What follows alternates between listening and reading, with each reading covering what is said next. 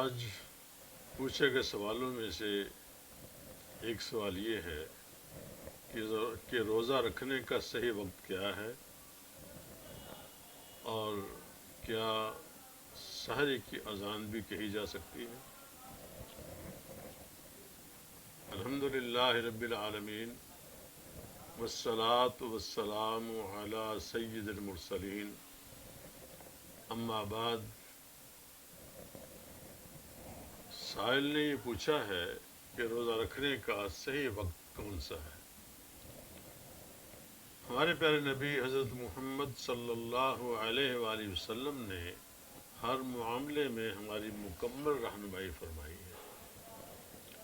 دین کا معاملہ ہو یا دنیا کا، باہمی معاشرت ہو یا لین دین، یا اللہ کے ساتھ کیے ہوئے وعدے کے مطابق اس کی عبادت کرنا مقصود ہو، ہر معاملے میں رہنمائی موجود ہے۔ رسول اللہ صلی اللہ علیہ وسلم نے فرمایا کہ روزہ رکھنے کا بہترین وقت یہ ہے کہ انسان سحری کھانے کے بعد فارغ ہو تو نماز کا وقت ہو جائے، لہذا سحری کھانے کے لیے ہمارے دستور کے مطابق بہترین وقت یہ ہے کہ اذان فجر سے 15-20 منٹ پہلے انسان سحری کھا کر فارغ ہو جائے۔ اس میں حکمت یہ ہے کہ اگر بہت پہلے سحری کھا لے گا تو نیند غالب آ جائے گی، فجر کی نماز نہیں پڑھ سکے گا، یہ پڑھے گا تو غنودگی میں پڑھے گا۔ اور اگر دیر سے کھائے گا تو ہو سکتا ہے سحری فوت ہو جائے۔ سحری کھانا سنت ہے، آپ نے فرمایا تسحروا فإن فی السحور برکہ، سحری کھایا کرو اس لیے کہ سحری کھانے میں برکت ہے۔ اس برکت کو حاصل کرنے کے لیے وقت کا تعین کرنا بڑا ضروری ہے، اور وقت وہی مناسب ہے کہ اذان سے 10-15 منٹ پہلے انسان سحری کھا کر فارغ ہو جائے تاکہ وضو کر کے تازہ دم ہو کر فجر کی نماز پڑھنے کے لیے مسجد میں پہنچ سکے۔ بعض دوستوں کی عادت ہوتی ہے کہ وہ بہت پہلے سحری کھا لیتے ہیں، وہ درست نہیں ہے۔ ہر کام کا ایک وقت متعین ہے۔ اللہ نے فرمایا کلوا واشربوا حتی یتبین لکم الخیط الابیض من الخیط الاسود من الفجر، کھاتے پیتے رہو حتیٰ کہ تمہارے لیے سفید دھاگا سیاہ دھاگے سے الگ ہو جائے، یعنی پاؤں پھٹ جائے، طلوع فجر ہو جائے۔ اگر کوئی شخص پہلے سے روزہ رکھ لیتا ہے، سحری کھا لیتا ہے، اس کا دورانیہ لمبا ہو جائے گا، جسے اس نے رات تک یعنی غروب آفتاب تک نبھانا ہے۔ اگر 2 گھنٹے 1 گھنٹہ پہلے روزہ وہ رکھ لے گا تو ظاہر ہے پیٹ نے تو اپنا کام کرنا ہے، کھانا ہضم ہونا شروع ہو جائے گا، جلدی بھوک اور پیاس لگ جائے گی، لہٰذا 10-15 منٹ پہلے سحری کر لینی چاہیے۔ کچھ لوگوں کی عادت ہوتی ہے کہ وہ سحری لیٹ کرتے ہیں، جلدی اٹھے ہوئے ہوں تب بھی کھانا وہ دیر سے کھاتے ہیں۔ ان کا خیال ہوتا ہے کہ جتنا دیر سے کھائیں گے اتنا بھوک نہیں لگے گی۔ یہ ایک جاہلانہ بات ہے، اس لیے کہ اگر اس نے سحری کھانا شروع کی، ابھی مکمل کھانا نہیں کھایا، طلوع فجر ہو گئی تو پھر کھانا نہیں کھا سکے گا اور پریشانی کا سامنا کرنا پڑے گا۔ بعض لوگوں کو دیکھا گیا ہے کہ وہ کھانا پہلے کھا لیتے ہیں، پھر پانی کا ایک گلاس بھر کے اپنے سرانے رکھ لیتے ہیں کہ جو ہی اذان ہوگی پھر پانی پی لیں گے۔ پانی سٹور کرنے کی صلاحیت صرف اونٹ میں ہوتی ہے، اور کسی جانور میں یا جاندار میں پانی کو سٹور کرنے کی صلاحیت نہیں ہوتی۔ جتنا بھی پانی پئیں گے بالآخر وہ پسینے کے ذریعے یا پیشاب کے راستے خارج ہو جائے گا۔ اتنا پئیں جتنی ضرورت ہے۔ ضرورت ضرورت سے زیادہ کھانا، ضرورت سے زیادہ پینا نقصان کا باعث ہوتا ہے۔ بعض لوگ کہتے ہیں کہ چلو ابھی تو اذان شروع ہوئی ہے، کھاتے رہیں، یہ بھی درست نہیں ہے۔ اذان اس وقت ہوتی ہے جب فجر طلوع ہو چکی ہوتی ہے۔ جب فجر طلوع ہو جائے تو پھر مؤذن اللہ اکبر کہتا ہے۔ اس کا مطلب یہ ہے کہ اذان شروع ہوئی، کھانے پینے کا وقت ختم ہوا۔ کچھ لوگ کہتے ہیں ابھی اذان ہو رہی ہے، اختتام اذان تب کھاتے رہو، یہ عادت نہیں ہونی چاہیے۔ ہاں البتہ شریعت نے بہت سی آسانیاں پیدا کی ہیں۔ آپ نے فرمایا کہ ایک آدمی دیر سے اٹھا ہے یا سحری کا انتظام کچھ دیر سے ہوا ہے، وہ کھانا کھا رہا ہے کہ اذان کی آواز آ جاتی ہے، تو آپ نے فرمایا وَالْإِنَاءُ فِي يَدِهِ، وہ برتن جو اس کے ہاتھ میں جس سے وہ کھا رہا ہے، فَلَا يَضَعْهُ حَتَّى يَقْضِيَ مِنْهُ حَاجَتَهُ، اس کو نہ رکھے حتیٰ کہ اس سے اپنی ضرورت پوری کر لے، یعنی اتنا ضرورت پوری کر لے کہ جس سے روزہ نبھا سکے۔ تو تواتر سے کھاتا نہ رہے، بلکہ اتنا کھا لے جس سے روزہ نبھانے میں آسانی ہو۔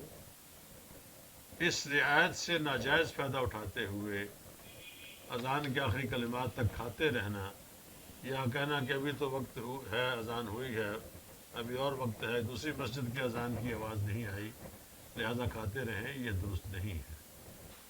طلوع فجر سے پہلے پہلے سحری کا نظام مکمل کر لینا چاہیے، اور جب فجر طلوع ہو جائے، اذان ہو جائے، پھر کھانے پینے سے گریز کرنا چاہیے۔ بعض دوستوں کو دیکھا گیا ہے کہ وہ بہت جلدی کھانا شروع کر دیتے ہیں اور مسلسل کھاتے رہتے ہیں حتیٰ کہ فجر کی اذان بھی ہو جاتی ہے، یہ درست نہیں ہے۔ ہر کام کرنے کا سلیقہ اور طریقہ ہونا چاہیے تاکہ انسان پریشانی سے بھی بچ سکے اور ثواب میں بھی کمی نہ ہو۔ شریعت نے سحری کھانے کا حکم دیا، اس کے اوقات متعین کر دیے۔ اگر کسی مجبوری کی بنا پر سحری کھانے میں دیر ہو جائے تو پھر ضرورت کے مطابق کھانے کی اجازت ہے۔ معاف کیجیے، بعض اوقات ایسا ہوتا ہے کہ انسان ناپاک ہے، اس پر غسل فرض ہو چکا ہے، وقت اتنا قلیل ہے کہ اگر غسل کرے گا تو سحری نہیں کھا سکتا، اگر سحری کھاتا ہے تو پھر وہ پلید ہوگا، کیسے کھائے گا۔ اس کے لیے شریعت نے آسانی پیدا کی کہ اگر وقت مختصر ہے، حکمی پلیدی آ چکی ہے، غسل فرض ہو چکا ہے، تو اس کو چاہیے کہ وہ استنجا کر کے وضو کر لے، وضو کر کے سحری کھا لے، سحری کھانے کے بعد نماز سے پہلے غسل کر کے جا کر نماز پڑھ لے، یہ شریعت نے رعایت دی ہے۔ لیکن جو انسان عمدن کوتاہی کرتا ہے اس کے لیے کوئی رعایت نہیں ہوتی، لہذا یہ احکام جو سحری کے رسول اللہ صلی اللہ علیہ وسلم نے بیان فرمائے ہیں، ان کو اپنا کر اپنے روزے کو کامیابی کی طرف لے کے جانا چاہیے۔ سحری کھانے میں برکت ہے، اس لیے کہ اگر کوئی شخص سحری نہیں کھائے گا تو وہ روزہ نبھا نہیں سکے گا، یا نبھائے گا تو مشکل سے نبھائے گا۔ بعض اوقات ایسا ہوتا ہے کہ ناپاک بھی نہیں ہے لیکن آنکھ دیر سے کھلی یا کھانا دیر سے تیار ہوا، تو اذان ہو چکی ہے، سحری نہیں کھا سکا، اگر وہ اتنی طاقت رکھتا ہے، ہمت رکھتا ہے کہ روزہ نبھا لے تو وہ روزہ رکھ سکتا ہے، لیکن اگر طاقت نہیں ہے، روزہ رکھ کے پریشانی لاحق ہوگی تو پھر وہ روزہ چھوڑ دے، اس لیے کہ اس کے اختیار کی بات نہیں ہے۔ نیند میں کوئی کام انسان کر لے اس پر کوئی مواخذہ نہیں، اس طرح نیند کی وجہ سے وہ بیدار نہ ہو سکا، اتنے میں اذان ہو گئی تو وہ معذور سمجھا جائے گا، اسے اجازت ہے کہ روزہ نہ رکھے اور اس کا کفارہ رمضان گزرنے کے بعد ادا کر لے۔ یہ وہ آسانیاں ہیں جو شریعت نے اپنے بندوں کے لیے پیدا کی ہیں، ان آسانیوں سے جائز حد تک فائدہ اٹھاتے ہوئے شریعت کے احکامات کی پابندی کرنے کی کوشش کرنی چاہیے۔ اسی میں انہوں نے اذان سحر کے بارے میں پوچھا ہے۔ رسول اللہ صلی اللہ علیہ وسلم کے زمانے میں سحر کی اذان ہوتی تھی، جو لوگوں کو اٹھانے کے لیے، بیدار کرنے کے لیے کہی جاتی ہے۔ اس اذان میں الصلاۃ خیر من النوم کے کلمات نہیں کہے جائیں گے۔ اذان مکمل ہوگی لیکن الصلاۃ خیر من النوم کے کلمات نہیں ہوں گے۔ آپ نے دو آدمیوں کو فجر کی اور سحری کی اذان دینے کے لیے الگ الگ متعین فرما رکھا تھا۔ حضرت بلال رضی اللہ تعالیٰ عنہ تہجد کی اذان کہتے تھے کہ سحری کھانے کے لیے اگر 1-2 منٹ لیٹ بھی اذان ہو جائے، یعنی سحری کی اذان، تو کوئی قباحت نہیں ہے۔ حضرت بلال رضی اللہ تعالیٰ عنہ کی آواز بھی طبعاً بلند تھی، اس لیے آپ نے انہیں سحری کی اذان دینے کے لیے مأمور فرمایا ہوا تھا۔ اور حضرت ابو محذورہ رضی اللہ تعالیٰ عنہ جو نابینا تھے، انہیں آپ نے سحری کے بعد ختم ہونے کے بعد فجر کی اذان کہنے کے لیے مقرر فرمایا تھا۔ اس کے دو اسباب تھے۔ ایک تو یہ کہ وہ نابینا آدمی تھے، ان کو پتہ نہیں چلتا تھا کہ پاؤں پھٹ چکی ہے، فجر ہو چکی ہے کہ نہیں ہوئی۔ کوئی انہیں کہتا کہ اذان کا وقت ہو گیا تو وہ اذان کہتے تھے، گویا کہ دو آدمیوں کی گواہی ہو جاتی، ایک حضرت ابو معذور رضی اللہ تعالیٰ عنہ کی، اور دوسرے وہ آدمی جو انہیں کہتا کہ اذان کا وقت ہو گیا، اذان کہہ دو۔ اس سے وقت کا تعین کرنے میں آسانی ہوتی تھی۔ دوسرا فائدہ اس کا یہ تھا کہ لوگ آواز پہچانتے تھے کہ حضرت بلال کی اذان روزہ رکھنے کے لیے، اٹھنے کے لیے کہی جا رہی ہے، اور حضرت ابو معذور رضی اللہ تعالیٰ عنہ کی اذان فجر کے طلوع ہونے پر اطلاع دینے کے لیے کہی جا رہی ہے۔ اور اکثر لوگ مؤذن کی آواز سے مانوس ہوتے ہیں، انہیں پتہ چل جاتا ہے کہ اذان کون کہہ رہا ہے، تاکہ التباس پیدا نہ ہو۔ ایک اذان سن کر یہ نہ سمجھے کہ شاید طلوع فجر کی اذان ہے۔ تو حضرت بلال کی آواز کو لوگ پہچانتے تھے کہ یہ تہجد کی اذان ہے۔ جیسے ہمارے ہاں ہمارے ایک نمازی مبین احمد صاحب ہیں، وہ تہجد کی اذان کہتے ہیں، سب پتہ لگ جاتا ہے سننے والوں کے تہجد کی اذان ہوئی۔ اور حیات صاحب ہمارے فجر کے مؤذن ہیں، ان کی آواز کو لوگ پہچان کر سمجھ جاتے ہیں کہ فجر کی اذان ہو چکی ہے۔ اسی طرح رسول اللہ صلی اللہ علیہ وسلم نے اذان فجر کے لیے حضرت ابو محذورہ کو اور سحری کی اذان کے لیے، تہجد کی اذان کے لیے حضرت بلال رضی اللہ تعالیٰ عنہ کو متعین کیا تھا۔ یہ اذان ہونی چاہیے، مسجد سے اسپیکر پر آواز آنا اور آوازیں لگانا کہ یہ وقت ہو گیا ہے، اذان ہو گیا ہے، ہونے والی ہے، کھانا پینا کھا لو، کھانا پینا ترک کر دو، یہ سنت کے خلاف ہے۔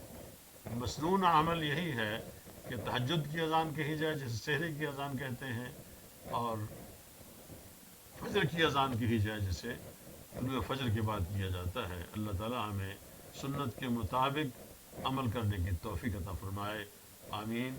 وآخر دعوانا الحمدللہ رب العالمین۔